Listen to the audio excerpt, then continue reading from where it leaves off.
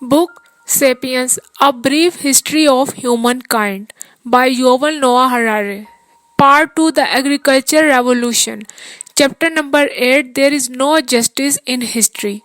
Understanding human history in the millennia following the agriculture revolution boils down to the single question: how did humans organize themselves in mass cooperation networks when they lacked the biological instincts necessary to sustain such networks? The short answer is that human created imagined order and devised script. These two inventions filled the gap left by our biological inheritance. However, the appearance of these networks was for many a dubious blessing. The imagined order sustaining these networks were neither neutral nor fair. They divided people into make-believe groups arranged in a hierarchy. The upper level enjoyed privileges and power while the lower ones suffered from discrimination and oppression. Hammurabi's code, for example, established a pecking order of superior commoners and slaves. Superior got all the good things in life. Commoners got what was left. Slaves got a beating if they complained.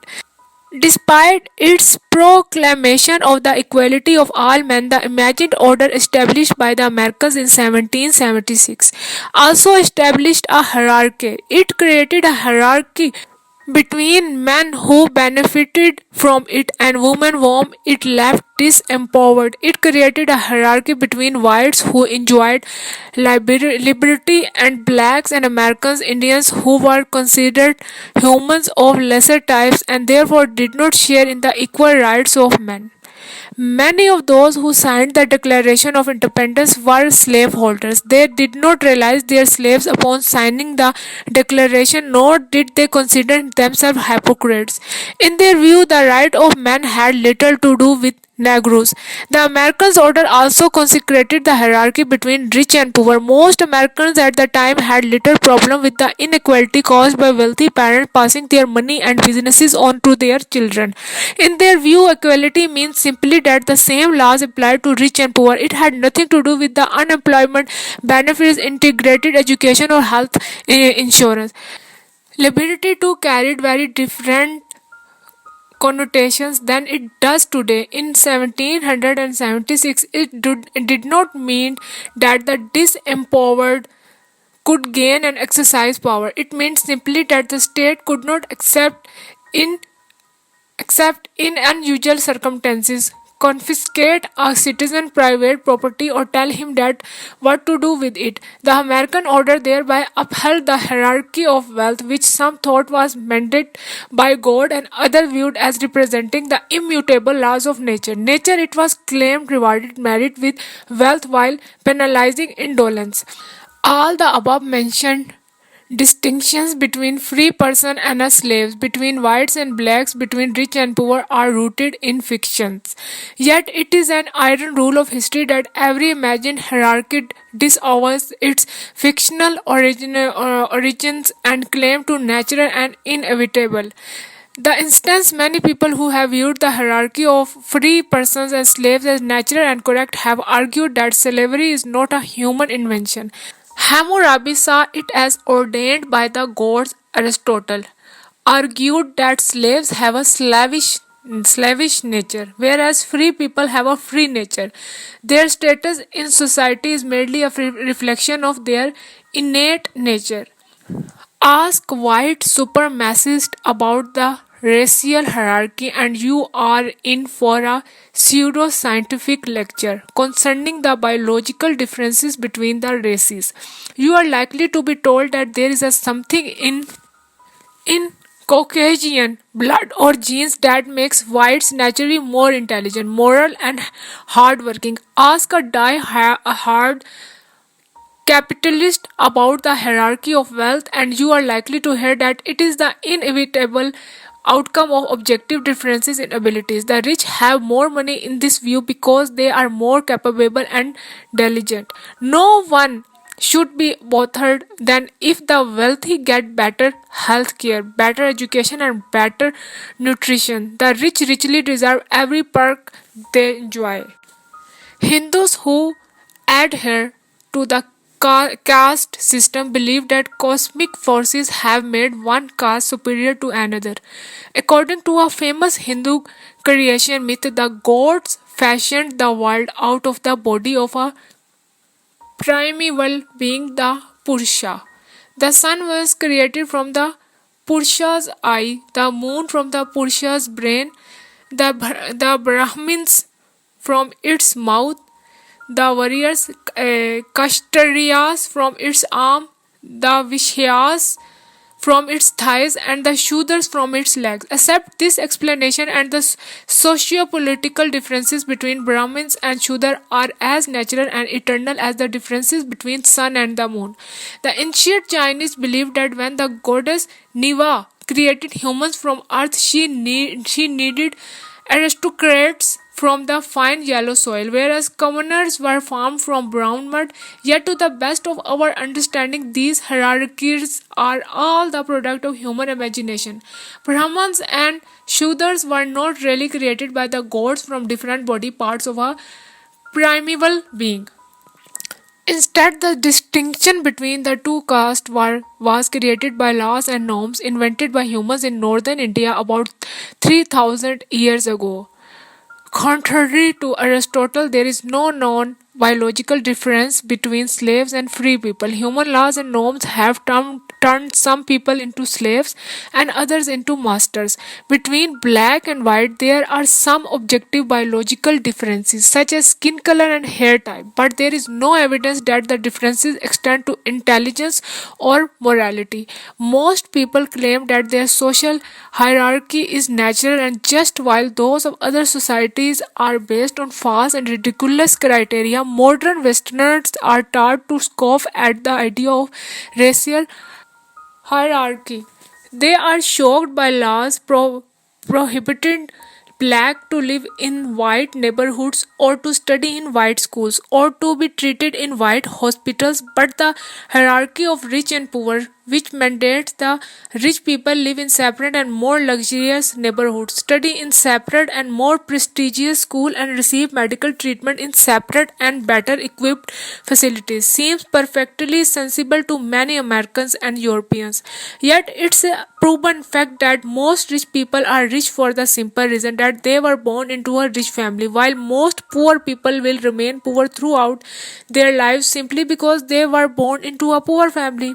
Unfortunately, complex human societies seem to require imagined hierarchies and unjust discrimination. Of course, not all hierarchies are morally identical, and some societies suffer from more extreme types of discrimination than others. Yet scholars know of no longer society that has been able to dispense with discrimination altogether. Time and again people have created order in their societies by classifying the population into imagined categories such as superiors, commoners and slaves, white and blacks, patricians and plebeians, Brahmins and Shudras, or rich and poor. These categories have regulated relations between millions of humans by making some people legally, politically, or socially superior to others.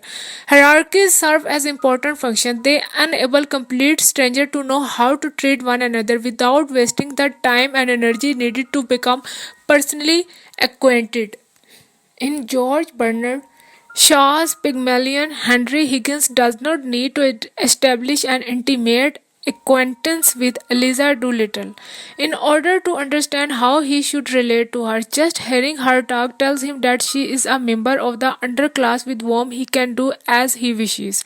For example, using her as a pawn in his bet to pass off a flower girl as a duchess. A modern Eliza working at a florist needs to know how much effort to put into a selling rose and gladioli to the dozen of the people who enter the shop each day. She can't make a detailed inquiry into the tastes and wallets of each individual. Instead, she uses social cues. The way the person is dressed, his or her age, and if she is not politically correct, his skin color, that is how she immediately distinguishes between the accounting firm partner who is likely to place a large order for expensive roses and a messenger boy who can only afford a bunch of daisies. Of course, differences in natural abilities also play a role in the formation of a social distinctions. But such diversities of aptitudes and character are usually mediated through imagined hierarchies. This happens in two important ways. First and foremost, most abilities have to be nurtured and developed. Even if somebody is born with a particular talent, that talent will usually remain latent. If it is not fostered, honed, and exercised, not all people get the same chance to cultivate and refine their abilities. Whether or not they have such an opportunity will usually depend on their place within their society's imagined hierarchy. Harry Potter is a good example removed from his distinguished wizard without family and brought up by ignorant muggles. He arrives at Hogwarts without any experience in magic. It takes him 7 books to gain a firm command of his powers and knowledge of his unique abilities. Second, even if people belonging to different classes develop exactly the same abilities, they are unlikely to enjoy equal success because they will have to play the game by different rules. If in British ruled India, an untouchable, a Brahman, a Catholic Irishman, and a Protestant Englishman had somehow developed exactly the same business acumen, they still would not have had the same chance of becoming rich. The economic game was rigged by legal restriction and unofficial glass ceilings. Topic: Vicious circle. All societies are based on imagined hierarchies, but not necessarily on the same hierarchies. What account for the differences? Why did traditional Indian society classify people according to caste? Ottoman society according to religion, and American society according to race. In most cases, the hierarchy originated as the result of set of accidental historical circumstances and was then perpetuated and refined over many generations as different groups developed vested interests in it. For instance, many scholars surmise that the Hindu caste system took shape when Indo-Aryan people invaded the Indian subcontinent about 3000 years ago. Subjugating the local population, the invaders established a stratified society in which they, of course, occupied the leading positions, leaving the natives to live as servants and slaves. The invaders, who were few in number, feared losing their privileged status and unique identity to forestall. This danger they divided the population into castes, each of which was required to pursue a specific occupation or perform a specific role in society. Each had different legal status, privileges, and duties, mixing of caste, social interaction, marriage, even the sharing of meals was prohibited, and the distinctions were not just legal, they became an inherent part of religious mythology and practice. The rulers argued that the caste system reflected an internal cosmic reality rather than a chance historical development. Concepts of purity and impurity were essential elements in Hindu religion, and they were harnessed to buttress to social pyramid. Pious Hindus were taught that contact with members of a different caste could pollute not only them personally but society as a whole and should therefore be abhorred. Such ideas are hardly unique to Hindus. Throughout the history and in almost all societies, concept of pollution and purity have played a leading role in enforcing the social and political divisions and have been exploited by numerous ruling classes to maintain their privileges. The fear of pollution is not a complete fabrication of priests and princes. However, it probably has its root in biological survival mechanisms that make humans feel an instinctive revulsion towards potential disease carriers such as sick person and dead bodies. If you want to keep any Human group isolated women, Jaws, Roma, gays, blacks. The best way to do it is convince everyone that these people are a source of pollution. The Hindu caste system and its attendant laws of purity became deeply embedded in Indian culture. Long after the Indo-Aryan invasion was forgotten, Indians continued to believe in the caste system and to abhor the pollution caused by caste mixing. Castes were not immune to change. In fact, as time went by, large castes were divided into a subcaste. Eventually, the original four castes turned into a 3,000 different grouping called Jati. But this profilation of castes did not change the basic principle of the system, according to which every person is born into a particular rank and any infringement of its rules pollute the person and society as a whole. A person's jati determines her profession, the food she can eat, her place of residence, and her eligible marriage partners. Usually, a person can marry only within his or her caste, and the resulting children inherit that status. Whenever a new profession developed or a new group of people appeared on the scene, they had to be recognized as a caste of in order to receive a legitimate place within Hindu society. Groups that failed to win recognition as a caste were literally outcast. In this stratified society, they did not even occupy the lowest rung. They became known as untouchables. They had to live apart from all other people and scrap together a living in humiliating and disgusting ways, such as sifting through garbage dumps for scrap material. Even member of the lowest caste avoided mingling with them, eating with them, touching them, and certainly marrying them. In modern India, matters of marriages and work are still heavily influenced by the caste system, despite all attempts by the democratic government of India to break down such distinctions and convince Hindus that there is nothing polluted in the caste mixing. Next topic, purity in America. A similar vicious circle perpetuated the racial hierarchy in modern America. From the 16th to 18th century, the European conquerors imported millions of African slaves to work the mines and plantation of America. They chose to import slaves from Africa rather than from Europe or East Asia due to three circumstantial factors. Firstly, Africa was closer, so it was cheaper to import slaves from Senegal than from Vietnam. Secondly, in Africa there already existed a well developed slave trade, whereas in Europe slavery was very rare. It was obviously far easier to buy slaves in an existing market than to create a new one from scratch.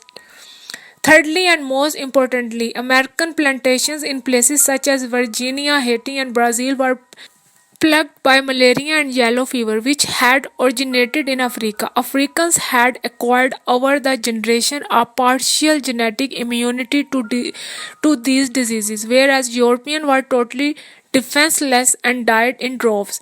It was consequently wiser for a plantation owner to invest his money in an African slave than in a European slave or indentured laborer.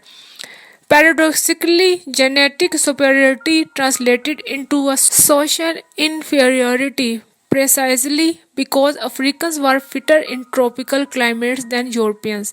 They ended up as the slaves of European masters. Due to these circumstantial factors, the burgeoning new societies of America were to be divided into a ruling caste of white European and a subjugated caste of black Africans.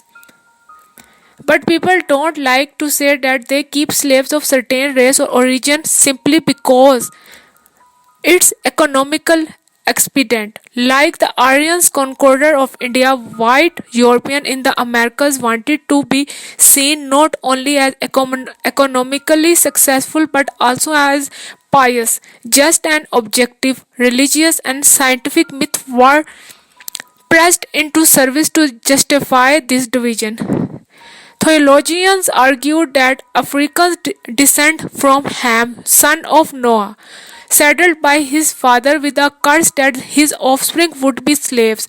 Biologists argued that blacks are less intelligent than whites and their moral sense less developed. Doctors alleged that blacks live in fifth and spread disease. In other words, they are a source of pollution. These myths struck a chord in American culture and in Western culture generally. They continue to exert their influence long after the condition that created slavery had disappeared. In the early 19th century, Imperial Britain outlawed slavery and stopped the Atlantic slave trade. And in the decades that followed, slavery was gradually outlawed throughout the American continent. Notably, this was the first and only time in history that slave holding societies voluntarily abolished slavery. But even though the slaves were freed, the racist myths that justified slavery persisted. Separation of the races was maintained by racist legislation and social custom. The result was a self reinforcing cycle of cause and effect, a vicious circle. Consider, for example, the southern United States immediately after the Civil War in 1865. The 13th Amendment to the US Constitution outlawed slavery, and the 14th Amendment mandated the citizenship and the equal protection of the law could not be denied on the basis of race. However, 2 centuries of slavery meant that most black families were far poorer and far less educated than most white families. A black person born in Alabama in 1865 thus had much less chance of getting a good education and a well paid job than did his white neighbors. His children born in the 1880s and 1890s started life with the same disadvantage. They too were born to an uneducated poor family, but economic disadvantage was not the whole story. Alabama was also home to many poor whites who lacked the opportunities available to their better off racial brothers and sisters. In addition, the Industrial Revolution and the waves of immigration made the United States an extremely fluid society, where rags could quickly turn into riches if money was all that mattered. The sharp divide between the races should soon have blurred, not least through intermarriage. But that did not happen. By 1865, whites as well as many blacks took it to be a simple matter of fact that blacks were less intelligent, more violent, and sexually dissolute, lazier, and less concerned about personal cleanness than whites. They were thus the agents of violence, theft, rape, and disease. In other words, pollution. If a black Alabaman in 1895 miraculously managed to get a good education and then applied for a respectable job such as the bank teller, his odds of being accepted were far worse than those of an equally qualified white candidate. The stigma that labeled black as by nature unreliable, lazy, and less intelligent conspired against him. You might think that people would gradually understand that these stigmas were myth rather than fact, and that black would be able over time to prove themselves just as competent, law abiding, and clean as whites. In fact, the opposite happened. These prejudices became more and more entrenched as time went by. Since all the best jobs were held by whites, it became easier to believe that black really are inferior. Look, said the average white citizen, black have been free for generations, yet there are almost no black professors, lawyers, doctors, or even bank tellers. Isn't that proof that black are simply less intelligent and hardworking? Trapped in this vicious circle, blacks were not hired for white collar jobs because they were deemed unintelligent, and the proof of their inferiority was the paucity of blacks in white collar jobs. The vicious circle did not stop there as anti black stigma grew stronger. They were translated into a system of Jim Crow laws and norms that were meant to safeguard the racial order. Blacks were forbidden to vote in election, to study in white school, to buy in a white store, to eat in the white restaurant, to sleep in a white hotels. The justification for all of this was that blacks were fool, slothful, and vicious, so whites had to be protected from that. White did not want to sleep in the same hotel as blacks or the eat in the same restaurant for the fear of disease. They did not want their children learning in the same school as black children for fear of brutality and bad influences. They did not want black voting in the election since black were ignorant and immoral. These fears were sustained by scientific studies that proved that blacks were indeed less educated, that various diseases were more common among them, and that their crime rate was far higher. By the mid 20th century, segregation in the former Confederate states was probably worse than in the late 19th century. Clarence King, a black student who applied to the University of Mississippi in 1958, was forcefully committed to a mental asylum. The presiding judge ruled that a black person must surely be insane to think that he could be admitted to the University of Mississippi. The vicious circle, a chance historical situation, is translated into a rigid social system. Chance historical event to white control of blacks to discriminatory laws to poverty and law of education among blacks to cultural prejudices.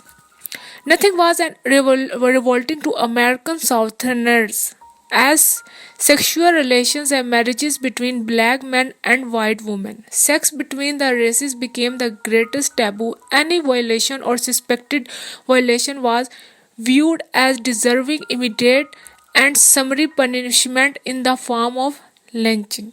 The Ku Klux Klan, a white supremacist secret society, perpetrated many such killings. They could have taught the Hindu Brahmins a thing or two about purity laws. With time, the racism spread to more and more cultural arenas. American aesthetic culture was built around white standard of beauty. The physical attributes of the white race, for example, light skin, fair and straight hair, a small upturned nose, came to identified as beautiful. Typical black features, dark skin, dark and bushy hair, a flattened nose, were deemed ugly. These preconceptions ingrained the imagined hierarchy at an even deeper level of human consciousness. Such vicious circles can go on for centuries and even millennia, perpetuating an imagined hierarchy that sprang from a chance historical occurrence. Unjust discrimination often gets worse, not better, with time. Money comes to money and poverty to poverty. Education comes to education and ignorance to ignorance. Those once victimized by history are likely to be victimized yet again, and those whom history has privileged are more likely to be privileged again. Most socio-political hierarchies lack a logical or biological basis. They are nothing but the perpetuation of chance events spotted by myths. That is one good reason to study history. If the division into a blacks and whites of or Brahmins and Shudras was grounded into a biological realities, that is, if Brahmins really had better brains than Shudras, biology would be sufficient for understanding human society. Since the biological distinctions between different group of Homo sapiens are in fact negligible. Biology can't explain the intricacies of Indian society or American racial dynamics. We can only understand those phenomena by studying the event, circumstances, and power relation that transformed figment of imagination into cruel and very real social structure. Topic: He and she. Different societies adopt different kinds of imagined hierarchies. Race is very important to modern Americans but was relatively insignificant to medieval Muslims. Caste was a matter of life and death in medieval India, whereas in modern Europe it is practically non existent. One hierarchy, however, has been of supreme importance in all known human societies. The hierarchy of gender. People everywhere have divided themselves into men and women. And almost everywhere men have got the better deal, at least since the agricultural revolution. Some of the earliest Chinese texts are oracle bones dating to 1200 BC used to divine the future. On one was engraved the question, will Lady Hao's childbearing to be lucky? To which was written the reply, if the child is born on Ding Day, lucky. If on Gang Day, vastly auspicious. However, Lady Hao was to give birth on a Jiayin Day. The text ends with the morose observation. 3 weeks and 1 day later, on Jian's day, the child was born. Not lucky, it was a girl. More than 3,000 years later, when Communist China enacted the one child policy, many Chinese families continue to regard the birth of a girl as a misfortune. Parents would occasionally abandon or murder newborn baby girls in order to have another shot at getting a boy. In many societies, women were simply the property of men, most often their father's husband or brother's rape in many legal systems falls under property violation. In other words, the victim is not the woman who was raped but the male who owns her. This being the case, the legal remedy was the transfer of ownership. The rapist was required to pay a bride price to the woman's father or brother, upon which she became the rapist's property.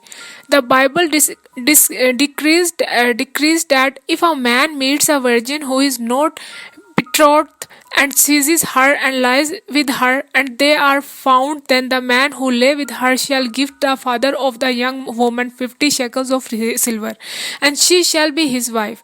The ancient Hebrews considered this is a reasonable arrangement. Raping a woman who did not belong to any man was not considered a crime at all, just as picking up a lost coin on a busy street is not a considered theft. And if a husband raped his own wife, he had committed no crime. In fact, the idea that a husband could rape his wife was an oxymoron. To be a husband was to have full control of your wife's sexuality. To say that a husband raped his wife was as illogical as saying that a man stole his own wallet. Such thinking was not confined to the ancient Middle East as of 2006. There were still 53 countries where husband could not be prosecuted for the rape of his own wife. Even in Germany, rape laws were amended only in 1997 to create a legal category of marital rape. Is the division into a man and woman a product of imagination like the caste system in India and the racial system in America, or is it a natural division with deep biological roots? And if it is indeed a natural division, are there also biological explanations for the preferences given to a man over a woman? Some of the cultural, legal and political disparities between men and women reflect the obvious biological differences between the sexes. Childbearing has always been a woman's job because men don't have wombs. Yet around this hard universal kernel, every society accumulated layer upon layer of cultural ideas and norms that have little to do with biology. Societies associate a host of attributes with masculinity and femininity that for the most part lack of firm biological basis. For instance, in democratic Athens of the 5th century BC, an individual possessing a womb had no independent legal status and was forbidden to participate in popular assemblies or to be judged. With few exceptions, such an individual could not benefit from a good education nor engage in business or in philosophical discourse. None of Athens' political leaders, none of its great philosophers, orators, artists, or merchants had a womb. Does having a womb make a person unfit biological for these professions? The ancient Athenians thought so. Modern Athenians disagree. In present day Athens, women vote, are elected to public office, make speeches, design everything from jewelry to building to software, and go to university. Their wombs do not keep them from doing any of these things as successfully as a man do. True, they are still underrepresented in politics and business. Only about 12% of the members of Greece parliament are women. But there is no legal barrier to their participation in politics, and most modern Greeks think it is quite normal for a woman to serve in public office. Many modern Greeks also think that an integral part of being a man is being sexually attracted to women only and having sexual relations exclusively with the opposite sex. They don't see this as a cultural bias, but rather a biological reality. Relation between two people of the opposite sex are normal, and between two people of the same sex unnatural. In fact, though nature does not mind if men are sexually attracted to one another. It's only human mothers steeped in particular cultures who make a scene if a son has a fling with the boy next door. The mother's tantrums are not a biological imperative. A significant number of human cultures have viewed homosexual relations as not only legitimate but even socially constructive, ancient Greece being the most notable example. The Iliad does not mention that Thetis had any objection to her son Achilles' relation with Patroclus. Queen Olympias of Macedon was one of the most temperamental and forceful women of the ancient world, and even had her own husband King Philip assassinated. Yet she did not have a fit when her son Alexander the Great brought his lover Hephaestion home for dinner. How can we distinguish what is biological determined from what people merely try to justify through biological myths? A good rule of thumb is biology enables, culture forbids. Biology is willing to tolerate a very wide spectrum of possibilities. It's culture that obliges people to realize some possibilities while forbidding others. Biology enables women to have children. Some cultures oblige women to realize this possibility. Biology enables men to enjoy sex with one another. Some cultures forbid them to realize this possibility. Culture tends to argue that it forbids only that which is unnatural, but from a biological perspective, nothing is unnatural. Whatever is possible is, by the definition, also natural. A truly unnatural behavior, one that goes against the laws of nature, simply cannot exist, so it would need no prohibition. No culture has ever bothered to forbid men to photosynthesize, women to run faster than the speed of light, or negatively charged electrons to be attracted to each other. In truth, our concepts, natural and unnatural, are taken not from biology but from Christian theology. The theological meaning of natural is the accordance with the intentions of the God who created nature. Christian theologians argued that God created the human body intending each limb and organ to serve a particular purpose. If we use our limbs and organs for the purpose envisioned by God, then it is a natural activity. To use them differently than God intends is unnatural. But evolution has no purpose. Organs have not evolved with a purpose, and the way they are used in constant flux.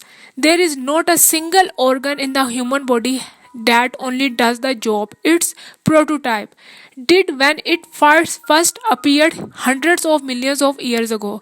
Organs evolved to perform a particular functions, but once they exist, they can be adapted from for other usages as well. Mouth, for example, appeared because the earliest multicellular organisms needed a way to take our nutrients into their bodies. We still use our mouths for that purpose, but we also use them to kiss, speak, and if we are Rambo, to pull the pins out of hand grenades.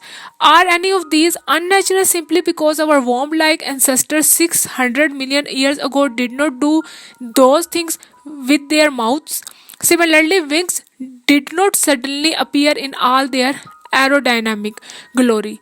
They developed from organs that served an other purpose. According to the one theory, insect wings evolved millions of years ago from body protrusions. on flightless bugs. Bugs with bumps had a larger surface area than those without bumps, and this enabled them to absorb more sunlight and thus stay warmer. In a slow evolutionary process, these solar heaters grew larger, the same structure that was good for maximum sunlight absorption. Lots of surface area, little weight. Also, by coincidence, gave the insects a bit of lift when they skipped and jumped. Those with bigger protrusions could skip and jump farther. Some insects started using the things to glide, and from there it was a small step to wings that could actually propel the bug through the air.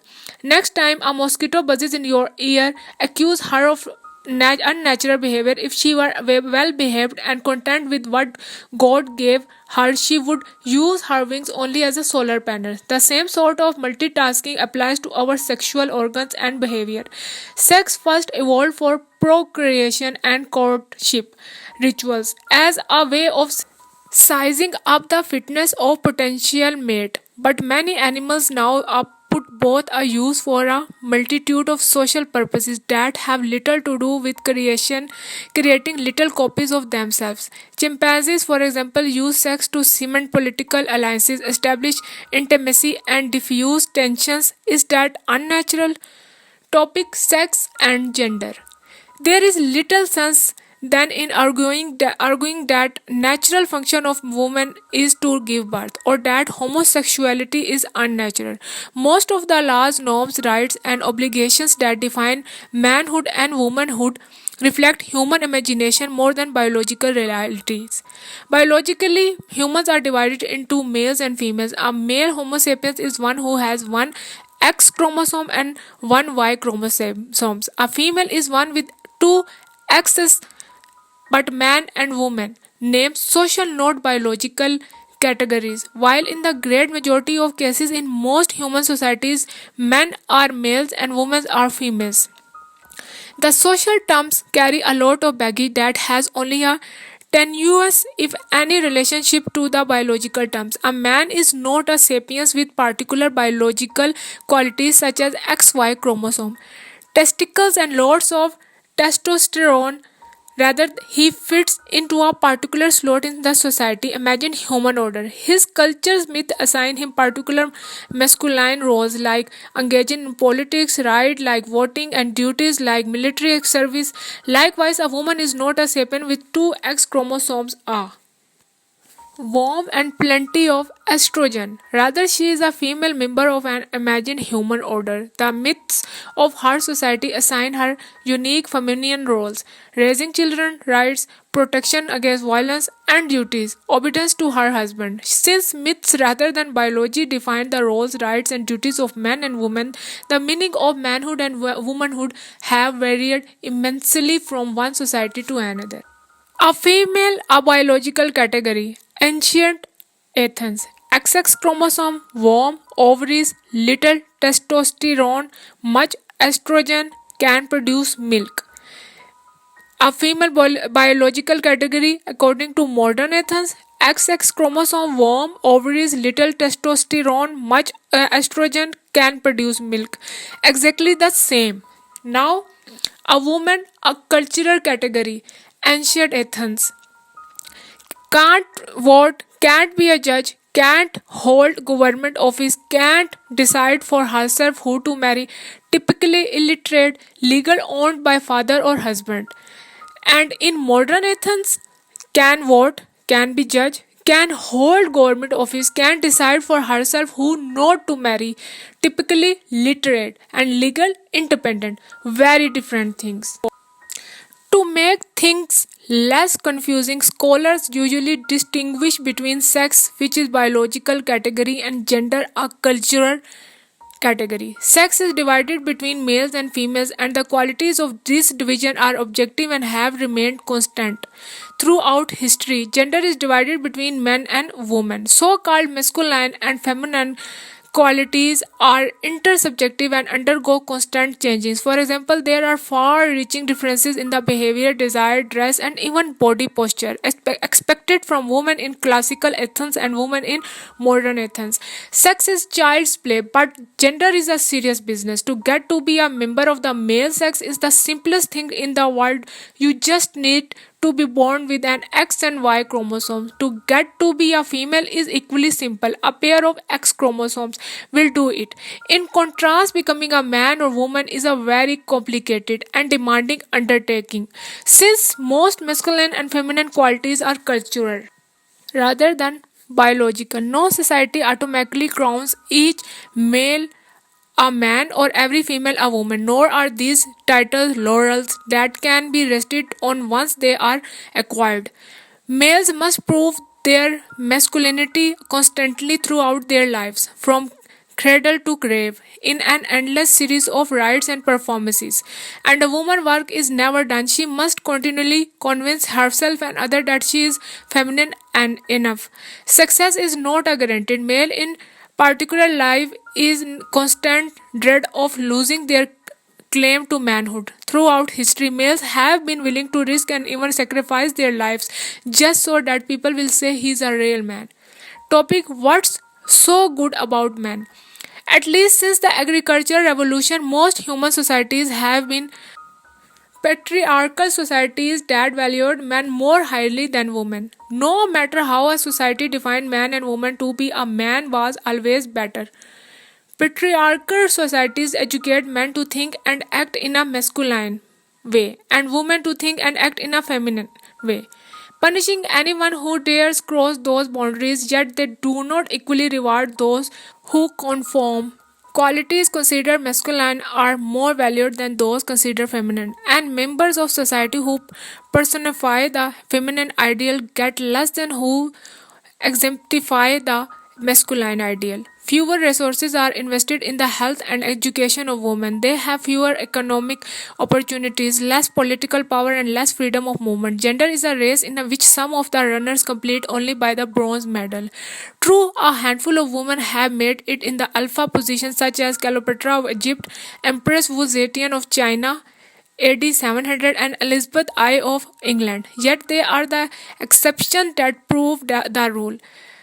Throughout the Elizabeth's 45-year reign, all members of parliament were men, all officers in the Royal Navy and Army were men, all judges and the lawyers were men, all bishops and the archbishops were men, all theologians and priests were men, all doctors and surgeons were men, all students and professors in all universities and colleges were men.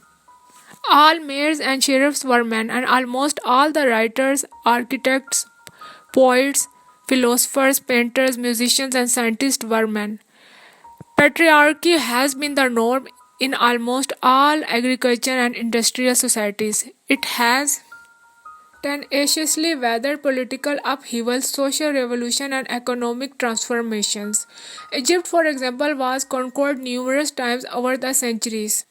Assyrian, Persians, Macedonians, Romans, Arabs, Mamluks, Turks, and British occupied it, and its society always remained patriarchal. Egypt was governed by the Pharaonic law, Greek law, Roman law, Muslim law, Ottoman law, and British law, and they all discriminated against people who were not real men. Since patriarchy is so universal, it cannot be the product of some vicious circle that was kick-started by a chance occurrence. It is particularly noteworthy that even before 1492, most societies in both America and Afro-Asia were patriarchal, even though they had been out of contact for thousands of years. If patriarchy in Afro-Asia resulted from some chance occurrence, why were the Aztecs and Incas patriarchal? It is far more likely that even though the precise definition of man and woman varies between cultures, there is some universal biological reason why almost all cultures valued manhood over womanhood. We do not know what is the reason is. There are plenty of theories, none of them convincing. Topic: muscle power. The most common theory points to the fact that men are stronger than women and that they have used their greater physical power to force women into submission. A more subtle version of this claim argues that their strength allows men to monopolize tasks that demands hard manual labor such as plowing and harvesting. This gives them control of food production which in turn translate into a political clout. There are two problems with this emphasis on a muscle power. First, the statement that men are stronger than women is true only on average and only with regard to certain types of strength. Women are generally more resistant to hunger, disease, and fatigue than men. There are also many women who can run faster and lift heavier weights than many men. Furthermore, and most problematically for this theory, women have throughout history been excluded mainly from jobs that require little physical effort, while engaging in hard manual labor in the fields, in crafts, and in the household. If social power were divided in direct relation to physical strength or stamina, women should have got far more of it. Even more importantly, there simply is no direct relation between physical strength and social power among humans. People in their 60s usually exercise power over people in their 20s, even though 20 somethings are much stronger than their elders. The typical plantation owner in Alabama in the mid 19th century could have been wrestled to the ground in seconds by any of the slaves cultivating his cotton fields. Boxing matches were not used to select Egyptian pharaohs or Catholic popes. In forager societies, political dominance generally resides with the person possessing the best social skills rather than the most developed musculature. In organized crime, the big boss is not necessarily the strongest man. He is often an older man who very rarely uses his own fists. He gets younger and fitter men to do the dirty jobs for him. A guy who thinks that the way to take over the syndicate is to beat up the Don is unlikely to live long enough to learn from his mistake. Even among chimpanzees, the alpha male wins his position by building a stable coalition with other males and females, not through mindless violence. In fact, human history shows that there is often an inverse relation between physical prowess and social power. In most societies, it's the lower classes who do the manual labor. This is my may reflect Homo sapiens' position in the food chain. If all that counted were raw physical abilities, sapiens would have found themselves on a middle rung of a ladder, but their mental and social skill place them at the top. It is therefore only natural that the chain of power within the species will also be determined by mental and social abilities more than by brute force. It is therefore hard to believe that the most influential and most stable social hierarchy in history is founded on men's ability physically to coerce women. Topic: the scum of society. Another theory explained that the masculine dominance results not from strength but from aggression. Millions of years of evolution have made men far more violent than women. Women can match men as far as hatred, greed, and abuse are concerned. But when push comes to shove, the theory goes, men are more willing to engage in a raw physical violence. This is why, throughout the history, warfare has been a masculine prerogative. In times of war, men's control of the armed forces has made them the master of civilian society too. They then use their control of civilian society to fight more and more wars, and the greater the number of wars, the greater men's control of society. This feedback loop explains both the ubiquity of war and the ubiquity of patriarchy. Recent study of hormonal and cognitive systems of men and women strengthen the assumption that men indeed have more aggression and violent tendencies and therefore on average better suited to serve as common soldiers. Yet, granted that the common soldiers are all men, does it follow that the one managing the war and enjoying its fruits must also be a man? That makes no sense. It's like assuming that because all the slaves cultivating cotton fields are black, plantation owners will be black as well.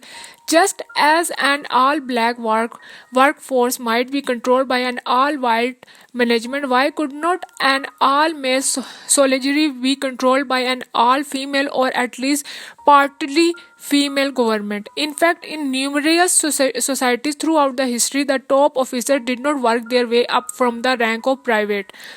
Aristocrats, the wealthy and the educated, were automatically assigned officer rank and never served a day in the ranks.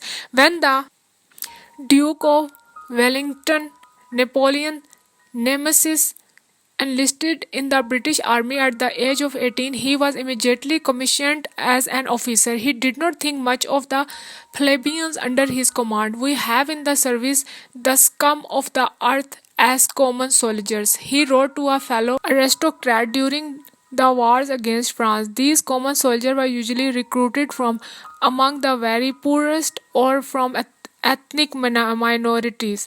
Their chances of ascending the military ranks were negligible. The senior ranks were reserved for dukes, princes, and kings. But why only for dukes and not for duchesses? The French Empire in Africa was established and defended by the sweat and blood of Senegals, Algerians, and working class Frenchmen. The percentage of well born Frenchmen within the ranks was negligible. Yet the percentage of well born Frenchmen within the small elite that let the French army rule the empire and enjoyed its fruit was very high. Why just Frenchmen and not French women? In China, there was a long tradition of subjugating the army to the civilian bureaucracy. So, mandarins who had never held a sword often ran the wars. You do not waste good iron to make nails. When a common Chinese saying, meaning that really talented people join the civil bureaucracy, not the army. Why then were all of these mandarins men? One can't reasonably argue that their physical weakness or low testosterone level prevented women from being successful mandarins, generals, and politicians. In order to manage a war, you surely need stamina, but not much physical strength or aggressiveness. Wars are not a pub brawl, they are very complex projects that require an extraordinary degree of organization, cooperation, and appeasement.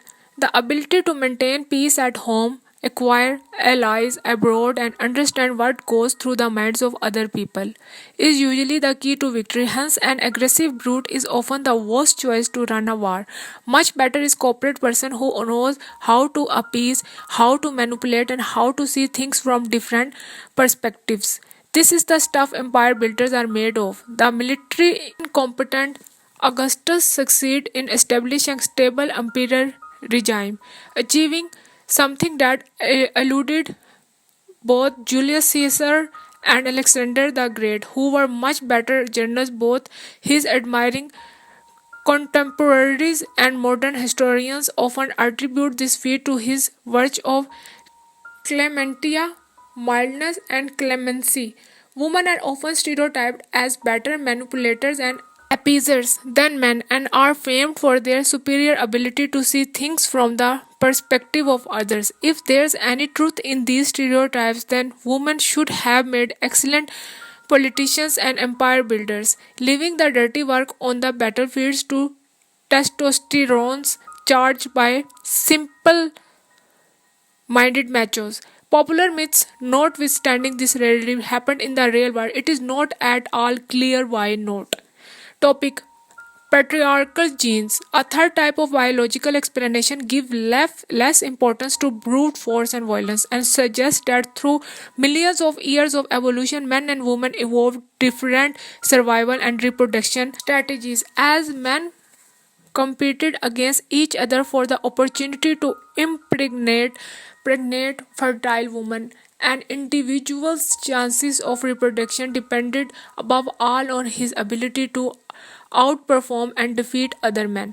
As time went by, the masculine genes that made it to the next generation were those belonging to the most ambitious, aggressive, and competitive men. A woman, on the other hand, had no problem finding a man willing to impregnate her. However, if she wanted her children to provide her with grandchildren, she needed to carry them in her womb for 9 arduous months and then nurture them for years. During that time, she had fewer opportunities to obtain food and required a lot of help. She needed a man in order to ensure her own survival and the survival of her children. The woman had little choice but to agree to whatever condition the man stipulated, so that he would stick around and share some of the burden. As time went by, the feminine genes that made it to the next generation belonged to women who were submissive caretakers. Women who spent too much time fighting for power did not leave any of those powerful genes for future generations. The result of these different survival strategies. So the theory goes is that men have been programmed to be ambitious and competitive and to excel in politics and business, whereas women have tended to move out of the way and dedicate their lives to raising children. But this approach also seems to be belied by the empirical evidence. Particularly problematic is the assumption that women's dependence on external help made them dependent on men rather than on other women, and that made competitiveness made men socially dominant. There are many species of animals such as elephant and bonobo chimpanzees in which the dynamic between dependent females and competitive males results in a matriarchal society. Since females need external help, they are obliged to develop their social skill and learn how to cooperate and appease. They construct all female social networks that help each member raise her children. Males, meanwhile, spend their time fighting and competing. Their social skills and social bonds remain underdeveloped. Bonobo and elephant societies are controlled by strong network of cooperating females, while the self-centered and uncooperative males are pushed to the sidelines. Though bonobo females are weaker on average than the males, the females often gang up to beat males who overstep their limits. If this is possible among bonobos and elephants, why not among Homo sapiens? Sapiens are relatively weak animals whose advantage rests in their ability to cooperate in large numbers. If so, we should expect that dependent women, even if they are dependent on men, would use their superior social skill to cooperate to outmaneuver and manipulate aggressive, autonomous, and self-centered men. How did it happen that in the one species whose success depends above all on cooperation, individuals who are supposedly less cooperative control individuals who are supposedly more cooperative? At present, we have no good answer. Maybe the common assumptions are just wrong. Maybe males of the species Homo sapiens are characterized not by physical strength, aggressiveness, and competitiveness, but rather by superior social skills and a greater tendency to cooperate. We just don't know.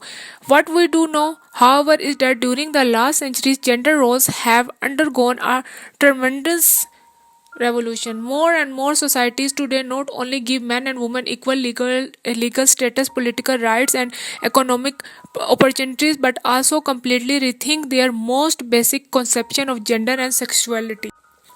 Though the gender gap is still significant, events have been moving at a breathtaking speed. At the beginning of the 20th century, the idea of giving voting rights to a woman was generally seen in the USA as outrageous. The prospect of a female cabinet secretary or Supreme Court justice was simply ridiculous, whereas homosexuality was such a taboo subject that it could not even be openly discussed.